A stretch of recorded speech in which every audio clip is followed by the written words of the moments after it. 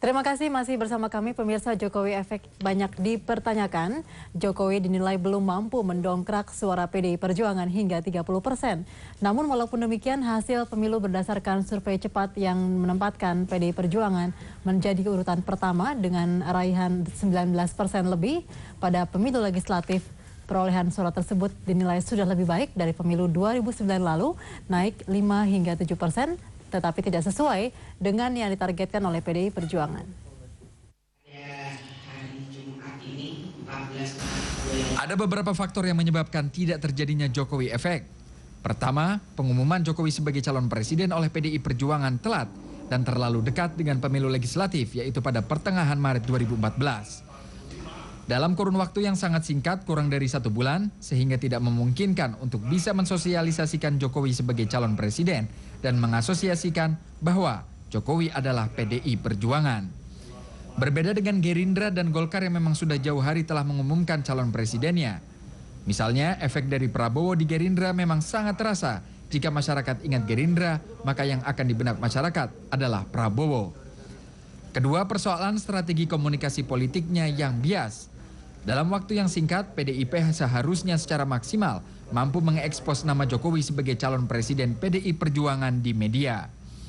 Sosialisasi ini tidak begitu terasa di masyarakat. Masyarakat hanya disajikan dengan tampilan Megawati dan Puan Maharani dengan pesan kampanye Indonesia hebat. Hal ini membuat masyarakat mengambil asumsi bahwa PDIP tidak serius dalam mencalonkan Jokowi menjadi calon presiden, sehingga masyarakat ragu mengambil keputusan. Bandingkan dengan capres lainnya seperti Abu Rizal Bakri, Win Hate, dan Prabowo yang tampil tunggal dalam setiap bentuk iklan kampanyenya. Dan di antara calon presiden di atas yang hampir dikatakan tidak membuat iklan kampanye hanyalah Jokowi. Ketiga, sangat ditentukan oleh kinerja parpol selama 3 bulan sebelum Pileg. Dalam waktu 3 bulan masih sangat dinamis dan sesuatu bisa saja terjadi. Partai politik harus mampu menjaga citra partainya dan mengantisipasi black campaign lawan politiknya. Semenjak deklarasi Jokowi menjadi capres, serangan terhadap Jokowi soal janji untuk tetap Semenjak deklarasi Jokowi menjadi capres, serangan terhadap Jokowi soal janji untuk tetap menjadi gubernur Jakarta selama 5 tahun dan kasus korupsi bus Transjakarta diduga menjadi perhatian masyarakat sehingga ada penilaian yang kurang bagus terhadap Jokowi. 3 faktor di atas inilah diperkirakan menjadi indikator mengapa PDI Perjuangan gagal memaksimalkan Jokowi efek. Apa benar seperti itu? Tim Liputan, JAK TV.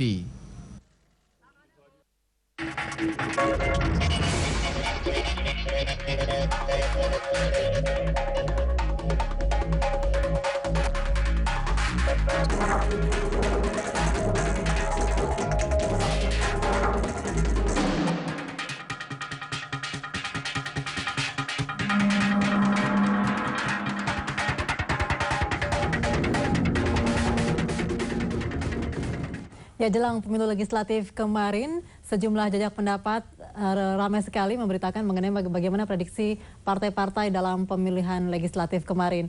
Dan dalam hitung cepat juga yang dilansir oleh sejumlah media dan juga polling menyatakan bahwa 19% lebih diraih oleh PDI Perjuangan. Jauh sekali dari yang diprediksikan, yaitu lebih dari 30%. Mengapa Jokowi efek tidak terlaksana dan juga masih banyak pertanyaan-pertanyaan lain, mengapa juga PDIP tidak begitu serius menggarap Pak Jokowi sebagai capres mereka.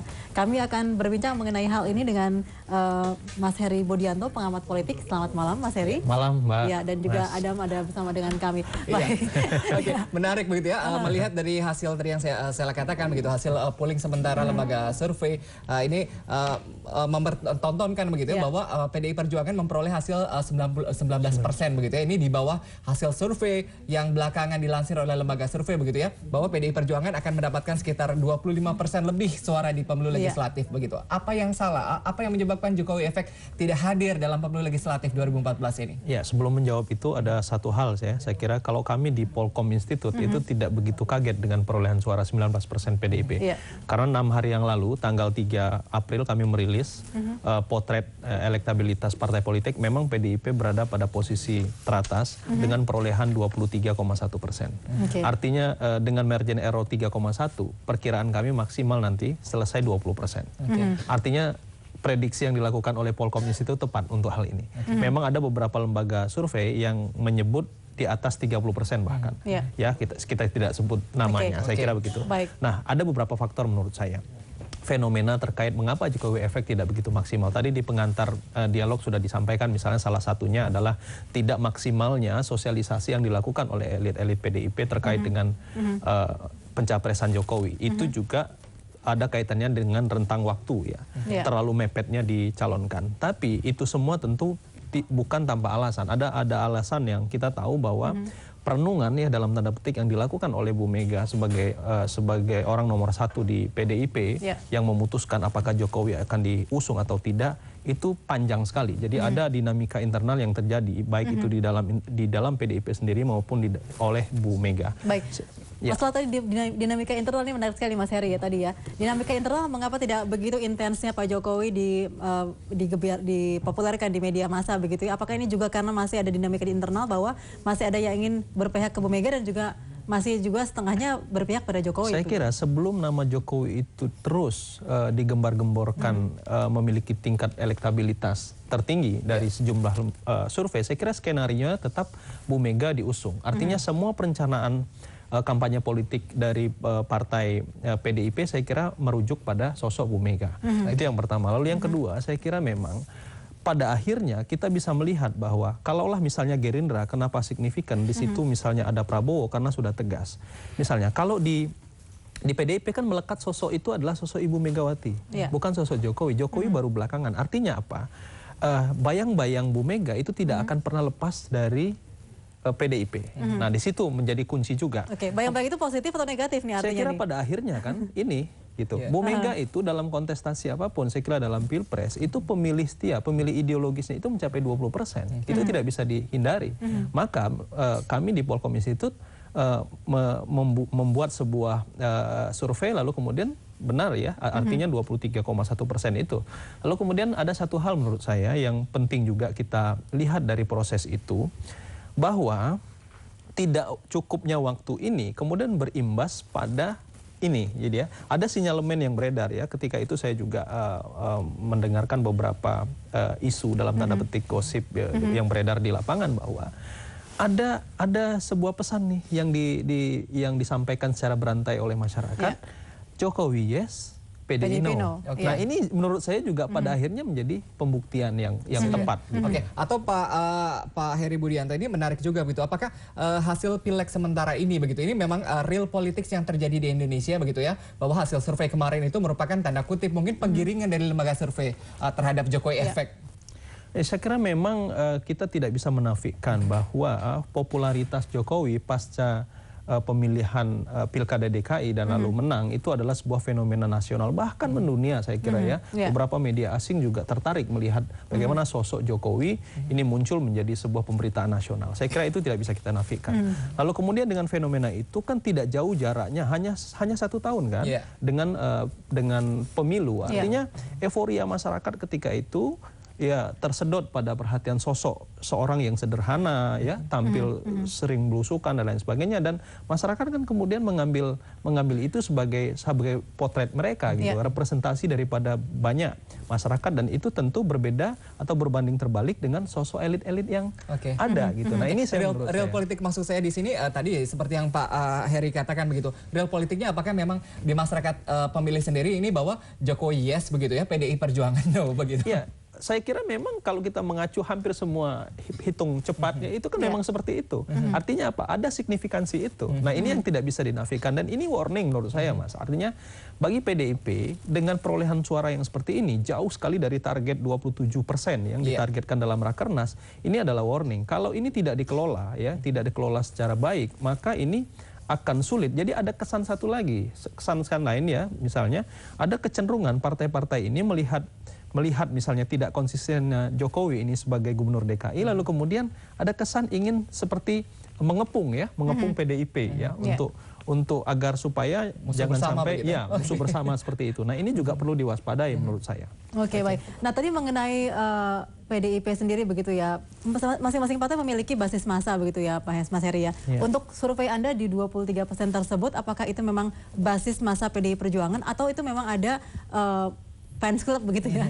Sehingga mereka memilih PDIP karena memang mengingat nanti ada Pak Jokowi sebagai capres. Ya, kita lakukan di 33 provinsi ya survei itu.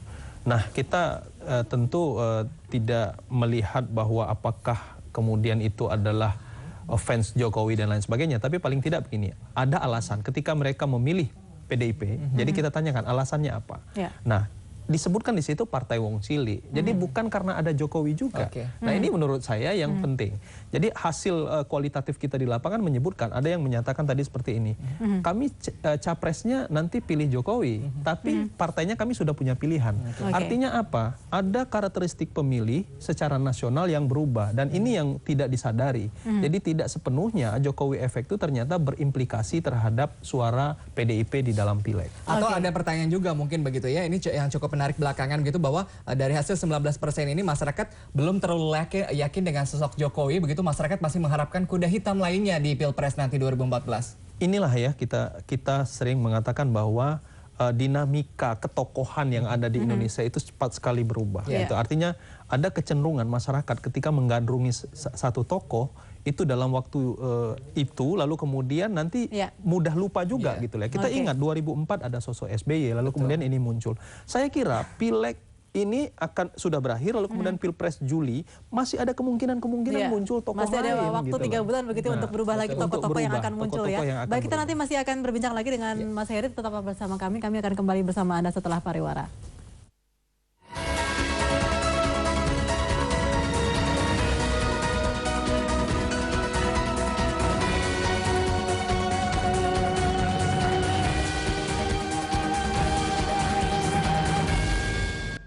Ya baik, terima kasih Anda masih bersama kami dalam Ada Apa Berita. Baik, kembali dengan Mas Heri Budianto, pengamat politik di studio mengenai hasil survei hitung cepat dalam pemilu legislatif 2014. Baik, Mas Heri, ini mengenai tadi ya publikasi untuk popularitas Pak Jokowi yang tampaknya setengah-setengah dilakukan oleh PDI Perjuangan. Apakah ini juga menganut apa yang dilakukan dalam pilkada beberapa waktu lalu di Jakarta? Karena memang tidak begitu gencar publikasi, tapi ternyata juga tetap bisa tinggi perolehan suaranya. Iya, ya mungkin ada juga overconfident ya. Saya kira juga ada faktor itu karena memang potret yang dilakukan oleh beberapa lembaga survei tentu menempatkan posisi Jokowi dan PDIP jauh sekali. Ya, ini saya kira membuka mata PDIP. Ternyata kan pada akhirnya kan beberapa prediksi itu juga tidak tepat. Nah, menurut saya ada beberapa faktor tadi ya yang belum saya sampaikan adalah faktor yang lain, misalnya begini. Selain melekatnya sosok Megawati, ya selain juga tadi perencanaan politik yang sudah mapan, ada model ya, ada model saya kira dinamika internal yang di dalam itu kan tidak sepenuhnya juga saya kira mendorong Jokowi untuk maju. Jadi bisa jadi juga setengah-setengah itu menjadi kenyataan. Artinya apa? Mestinya kan mestinya itu ketika pertengahan Maret itu dideklarasikan, startnya itu kan harus sprint. Artinya kan itu langsung kemudian langsung disosialisasikan, bila perlu ada tim yang membackup lalu kemudian menyampaikan apabila nanti Jokowi menjadi presiden maka ditawarkan program-program seperti ini. Saya kira memang mestinya seperti itu, tidak terkonsentrasi di pileg juga. Nah, artinya apa? Kita lihat ada karakteristik pemilih kita yang cukup cerdas melihat bahwa misalnya kenapa Gerindra begitu leading dengan angka 12%. Saya kira 5 tahun yang dipersiapkan oleh Gerindra untuk mengusung Prabowo dengan berbagai macam program itu adalah salah satu faktor.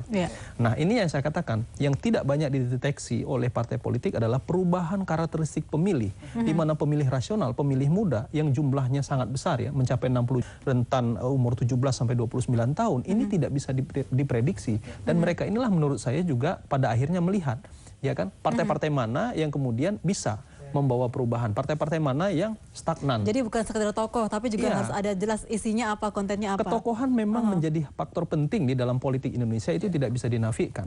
Tetapi menurut saya juga pemilih-pemilih rasional juga akan melihat seperti apa partai politik ini akan membawa perubahan Indonesia ke depan. Artinya salah begitu kalau misalnya sebelumnya digambarkan bahwa Jokowi adalah political angel investor dari PDI Perjuangan.